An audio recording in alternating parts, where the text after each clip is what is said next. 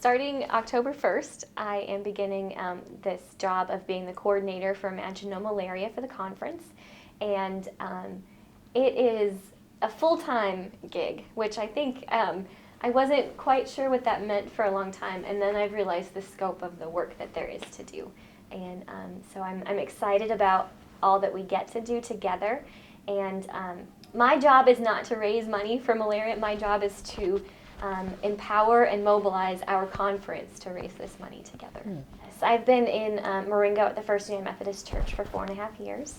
And so this was a very difficult thing to say goodbye to them. And we're actually still kind of in the process. I have one more Sunday left, and I'm going to miss them a lot.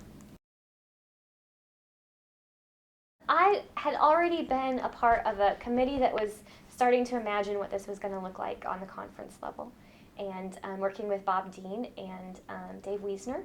And we knew that we'd been asked to be a Vanguard conference.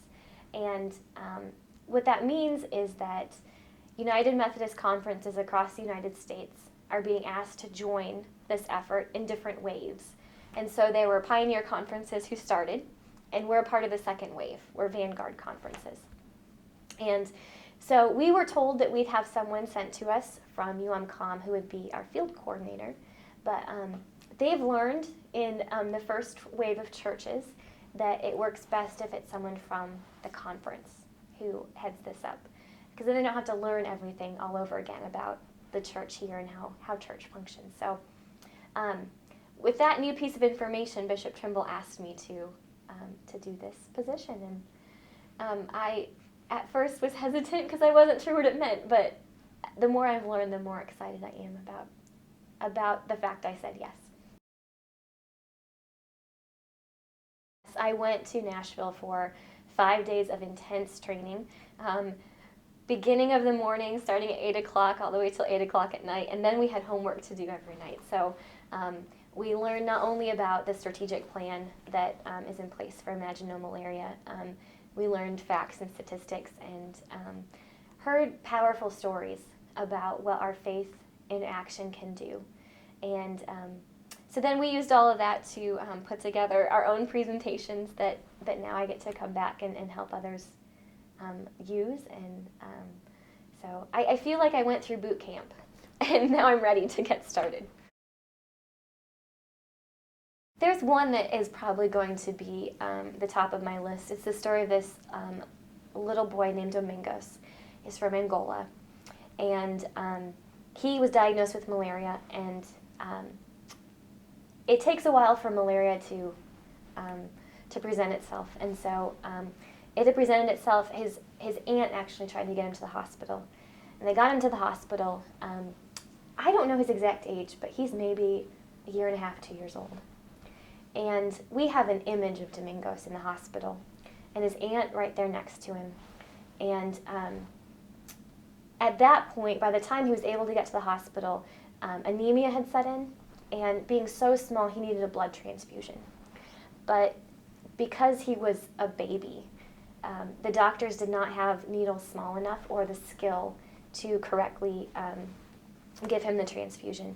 And so a picture was taken, and that was kind of the image we had, but then we learned that shortly after that picture was taken that Domingos died.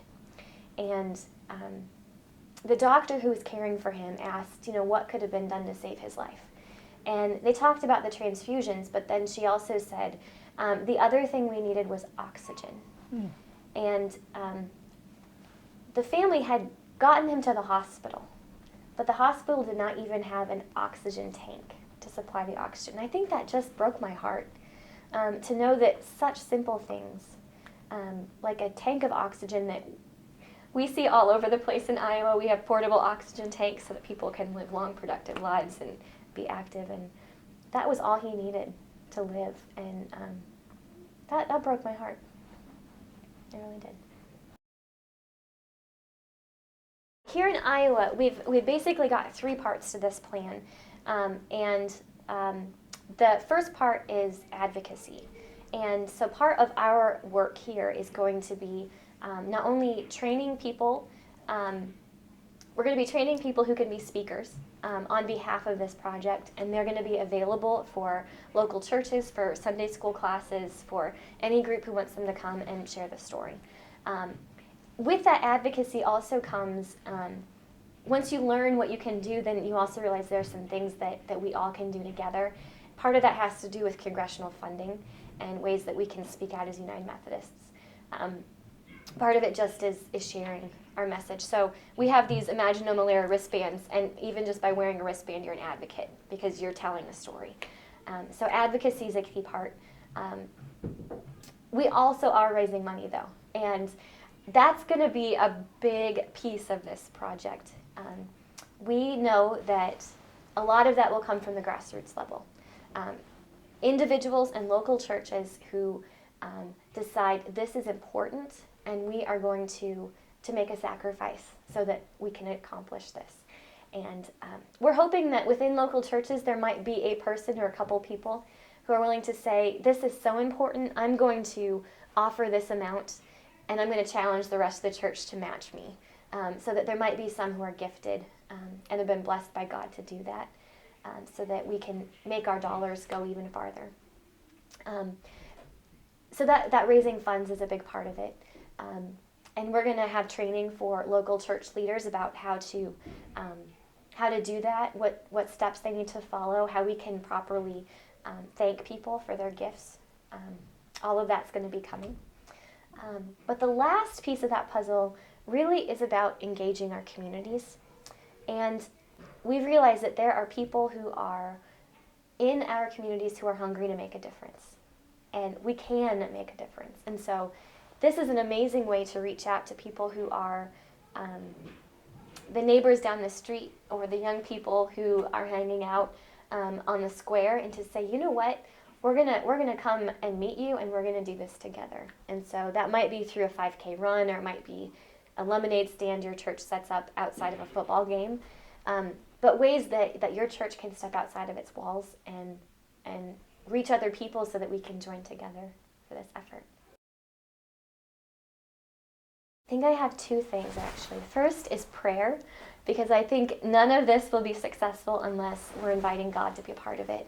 And we know God can do more than we can ask or imagine. And so please surround this whole project with prayer, but surround me with prayer too. That would be amazing, because I know that this is a lot of work, and it's almost insurmountable, and it's exciting, but God needs to be a part of it. I think the second thing would be to recognize that every person has the ability to make a difference. And so it's not just me who's doing this, it's not just our district superintendents who are getting excited about this, but each one of us has a personal gift that we can offer. And so to help me, I need you to claim your gift and to say, you know what, I think I have something I can give, whether that's speaking, whether that's money, whether that is wearing a wristband, whether that's organizing a bake sale at your church. You have something you can offer. So ask yourself what that is, ask God what that is, and embrace it.